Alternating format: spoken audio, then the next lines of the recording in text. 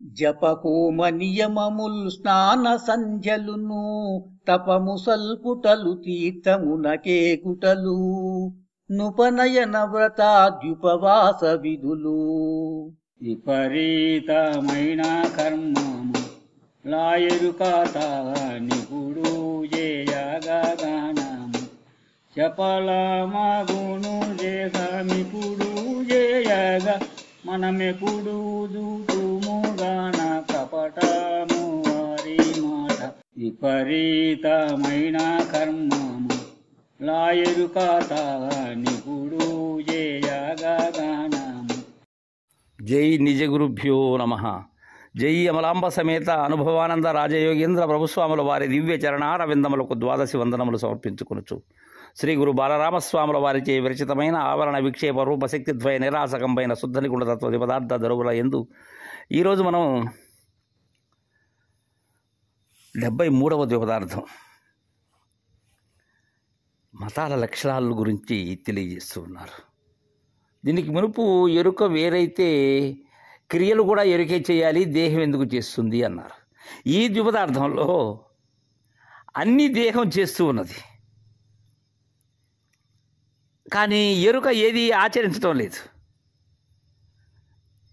కపటమైనటువంటి మాటలను నమ్మకూడదు. విపరీతమైనటువంటి విధానాలతో కొందరు వారి యొక్క ఆచరణ కొనసాగిస్తూ ఉంటారు.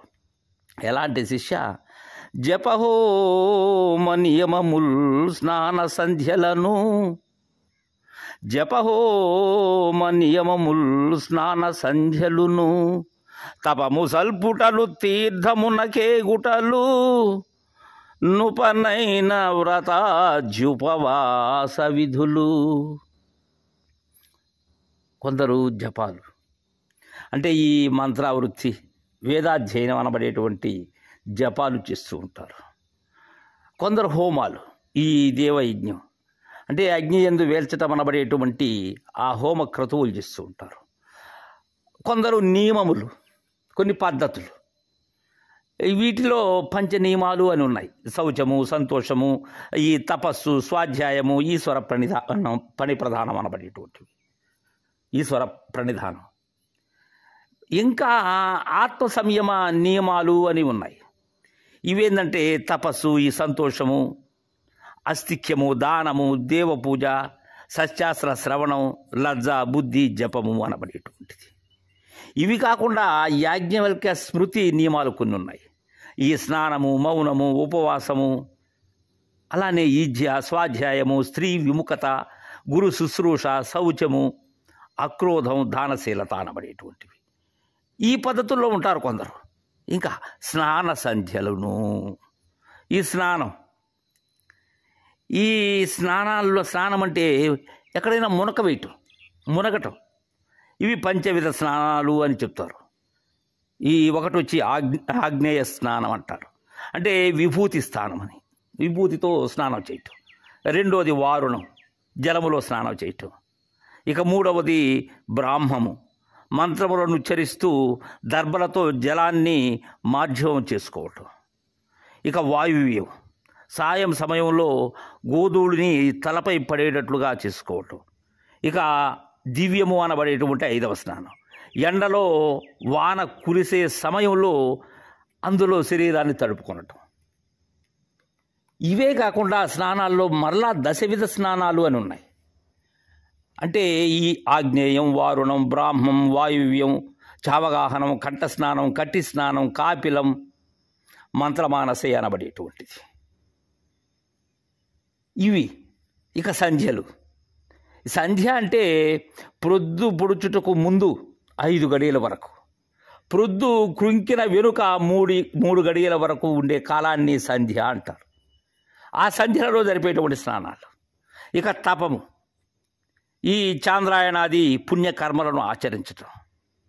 ఇక తీర్థం, అది పుణ్యనది కావచ్చు, పుణ్యక్షేత్రం కావచ్చు, అక్కడికి వెళ్ళి వాటిని దర్శించుకోవటాలు, తీర్థమునకే గుట్టలు. ఇక ఉపనయన వ్రతము ఆదిగా కలిగినటువంటి ఉపవాస విధులు. ఉపనయనము అంటే ఏంటి? ఈ వేదాధ్యయనానికి యోగ్యత ఆ కల్పించేటువంటి ఆ ద్విజత్వ సంస్కారం ఏదైతే ఉన్నదో అంటే వడుగు అని. ఇక వ్రతం, ఉపవాసాది పుణ్యకర్మలు, ఇంకా ఒక్క మాటలో చెప్పాలంటే నోము, వీటితో మమేకమై ఉంటారు. అందుకే విపరీతమైన కర్మము లా ఎరుక తాన్యెప్పుడు చేయగానాము. ఇవన్నీ ఎరుక చేస్తుందా? దేహం చేస్తున్నది శిష్య ఇవన్నీ కూడా.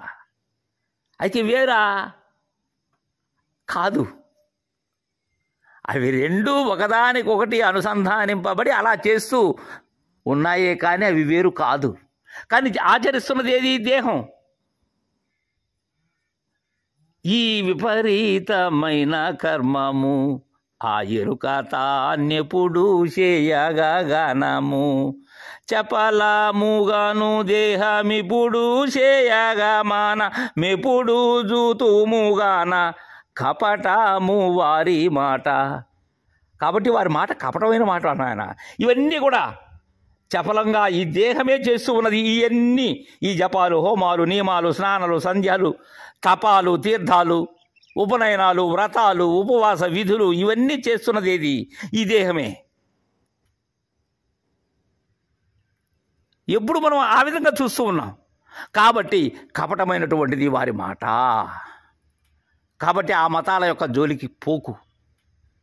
మితంలో కల్పించినటువంటి విధానాలు శిష్య అవి అని మనకు బాలరాం పండితులు వారు చక్కగా తెలియజేశారు. తరువాయి పదార్థాన్ని రేపు ముచ్చటించుకుందాం. జై గురుదేవా.